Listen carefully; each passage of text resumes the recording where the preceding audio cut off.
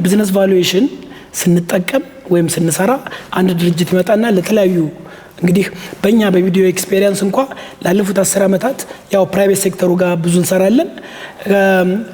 ብዙ ጊዜ ከውጪ ፕራይቬት ኢኩዊቲ የሚባሉ ካምፓኒዎች አሉ። እነዚህ ፕራይቬት ኢኩዊቲ ማለት ፈንድ ያጠራቅሙና አላማቸው ምንድነው? በየሀገሩ እየዞሩ የትኛው አንደኛ አስተማማኝ ካምፓኒ አለ ወይ፣ የአስተማማኝ ካምፓኒ አትራፊ ነው ወይ እያሉ እየመረጡ እንደኛ አይነት አማካሪዎችን እስኪ እነዚህ ድርጅቶች አሰስ አርጉልን፣ ቫልዩ አርጉልን። አንደኛ ቫልዩ ጥሩ ከሆነ፣ ሁለተኛ የተቋማዊ ደግሞ አቋም ካለው አስተማማኝ ከሆነ ኢንቨስት እናደርጋለን ይላሉ። ስለዚህ እኛ አንደኛ ድርጅቱ ተቋማዊ ጥሩ አስተማማኝ የሆነ ኮርፖሬት ገቨርናንስ ተቋማዊ አቋም ሲስተም ፕሮሲጀር አለው ወይ የሚለውን እንመረምራለን። ሁለተኛ ደግሞ ቫሉዌሽን እንሰራለን ለፕራይቬት ካምፓኒዎቹ ማለት ነው።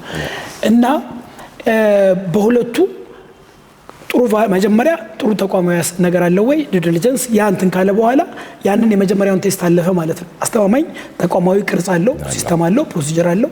ፈጣሪዎቹ ባለቤቶቹ እንኳን ባይኖር ይሄ ነገር መቀጠል ይችላል።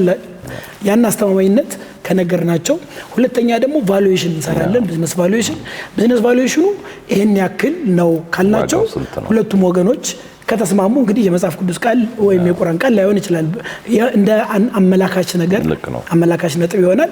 በዛ ዙሪያ ኔጎሺየት ያደርጉና ለምሳሌ እኛ ቫልዩ ያደረግነው $100 ሚሊዮን ከሆነ ያ ካምፓኒ 50 ያዝ ካሉ እነዚህ ኦሬዲ $100 ሚሊዮን ይዛል።